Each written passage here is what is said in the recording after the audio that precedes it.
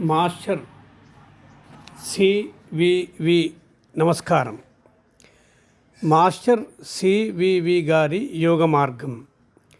Master గారు తమ మార్గమును యోగాలైనని పిలిచినారు. యోగ అన్న మాటతో ఈ మార్గం కూడా సాధారణంగా వాడుకలో ఉన్న ఇతర యోగముల వలెనని అనేక మంది భావించుట కలదు.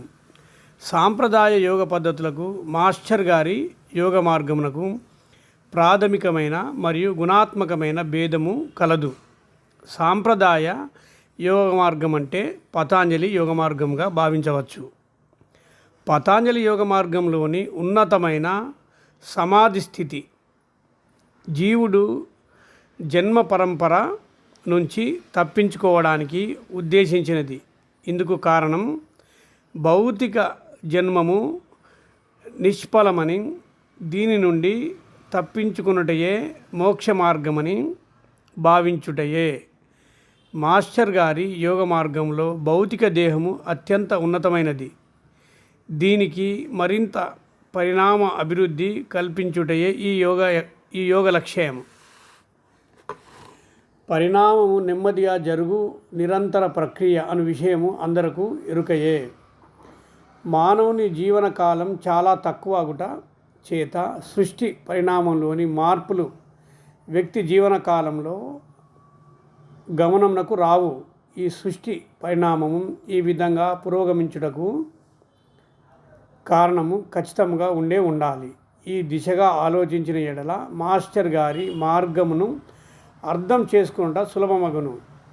మాస్టర్ సివివి గారు ఆవిష్కరించినది పరిణామ క్రమంగా భౌతిక అమరత్వంతో కూడిన మానవుని యొక్క ఉన్నత అభివృద్ధి మరియు పూర్తి స్పృహలో సృష్టిలోని మాయా విధానమును గుర్తింపగలుగుట.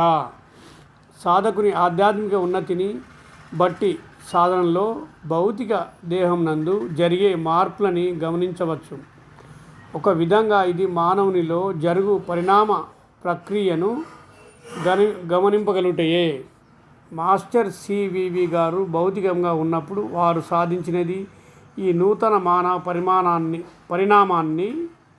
పరిణామ క్రమాన్ని నిర్దేశించి భౌతిక అమరత్వం సాధించే ప్రక్రియను సృష్టిలో ప్రారంభించుటయే.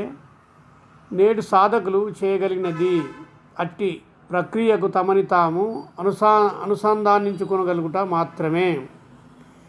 ప్రాచీనముగా తారక రాజయోగ మార్గము గుప్తము. ఈ ప్రాచీన మార్గంలో సృష్టిలోని శక్తులను మానవ రూపములుగా భావించుట, పూజించుట ఉండదు. సంకల్ప శక్తితో విల్ పవర్ సాధకులు తమలోను సృష్టిలోను గల శక్తుల ఆధారంగా ఉన్నతిని సాధించెదరు. దక్షిణాపదంలో సత్యమును తెలుసుకున్నటకు రెండు మార్గములను ప్రధానంగా పూర్వీకులు సూచించినారు.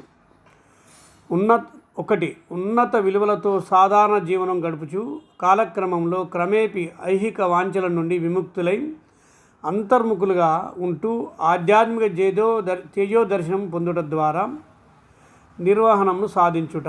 ఇది సురక్షితమైన మార్గము కావున దీనిని పాటించవలసినదిగా పూర్వీకులు చెప్పియున్నారు. అయితే ఒక జీవన కాలంలో ఇది దాదాపు అసాధ్యమనే చెప్పవలెను. తంత్ర సంబంధ విధంగా ఆకస్మికంగా వివిధ దశలలో ఆధ్యాత్మిక ఉన్నతికి ఉపదేశములు పొందుట ద్వారా అద్వయ అమరత్వ సిద్ధిని సాధించుట. ఇది ప్రాచీన తారక రాజయోగ మార్గము. పూర్తి నిస్వార్థత, మానవాళి కొరకు తమను తాము అర్పించుకొనగలుగుట, తమ సొంత ఉనికిని కూడా త్యజించగలిగేది సంకల్పబలం వంటి లక్ష్యములు రక్షణగా గలవారు మాత్రమే ఇట్టి సాధన చేయగలరు. అట్టి ఘనమైన మూలకములు కలవారు మాత్రమే సాధించగలిగిన యోగమది. శుక్ల యజుర్వేద మందలి అద్వైతారకోపనిషత్తు నందు వివరములు చూడవచ్చు. గురు సమక్షంలో చేయవలసిన ముద్రలతో కూడిన అత్యంత ప్రమాదకరమైన మార్గం ఇది. ఇందు పూర్వయోగ భాగమును తారకమని, ఉత్తర భాగమును అమనస్కమని ప్రాచీనులు చెప్పినారు. శాంభవి ముద్ర వంటివి దీనిలో భాగమే. పైన చెప్పినటువంటి తారక రాజయోగ మార్గంలోని సాధకుని దహించేటి భృక్త ప్రక్రియలు లేనిది రహిత కనుకనే మాస్టర్ గారి మార్గమును భృక్త రహిత తారక రాజయోగం అనే పేరుతో కొందరు పిలుచుట జరుగుచున్నది. ఉపదేశమిచ్చుట ద్వారా మీడియంలకు తక్షణ ఉన్నతిని కల్పించి ఈ మార్గంలో సురక్షితమైన విధముగా సులభ రీతిలో యోగ విధాన నిర్మాణ ప్రక్రియల కొరకు స్వీయ అభివృద్ధి కొరకు సాధన చేయించినారు.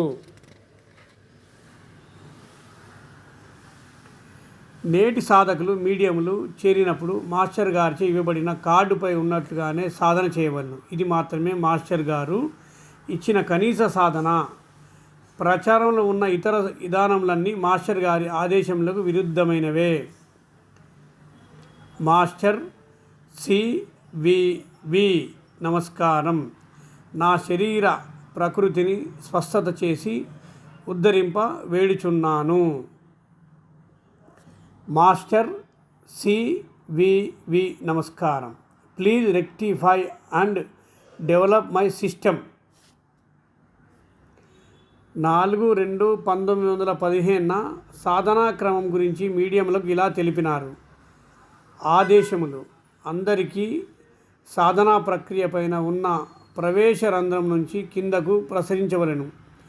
కాళ్ళ నుంచి పైకి ప్రసరించుట సాధన నిరోధ ప్రయత్నంగా గమనించవలను. అట్టి చర్యను తప్పించవలను. మాస్టర్ సివివి గారిచే శ్రీ కప్పగంతుల సత్యనారాయణమూర్తి మీడియం నెంబర్ 627 గారికి 24/2/1920 ఆంగ్లంలో వ్రాయబడిన లేఖ భాగము. ప్రియమైన కేఎస్, ప్రతి ఉదయము సాయంత్రము ప్రార్థనా కొరకు కలవండి. హాజరు పట్టి వ్రాయండి. దగ్గరలో ఉన్న మీడియంల వివరములు మీకు పంపబడతాయి. అందరూ కలిసి నిశ్శబ్దంగా సాధన చేసుకునే గతిని పవిత్ర ప్రదేశంగా భావింపవలెను. సాధకులు వ్యక్తిగతమైన, రాజకీయపరమైన లేదా సామాజికపరమైన విషయముల గురించి కానీ ఇతరాత్ర వ్యర్థమైన మాటలు చర్చలు చేయరాదు. అంతగా కావాలనుకుంటే నా ఫోటో పెట్టుకోవచ్చు, కానీ భజనలు లేదా ప్రార్థనా క్రతువులు లేదా పూజా పద్ధతులలో ఆరాధన చేయరాదు. మన మార్గము సత్యజ్ఞాన మార్గమని తెలుసుకునవలను.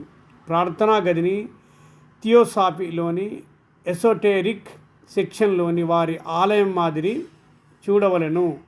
అంతేగాక బ్రదర్హుడ్ ఆఫ్ మాసన్లోని వారి వలె సోదరభావము కలిగి ఉండవలెను. Best wishes CVV.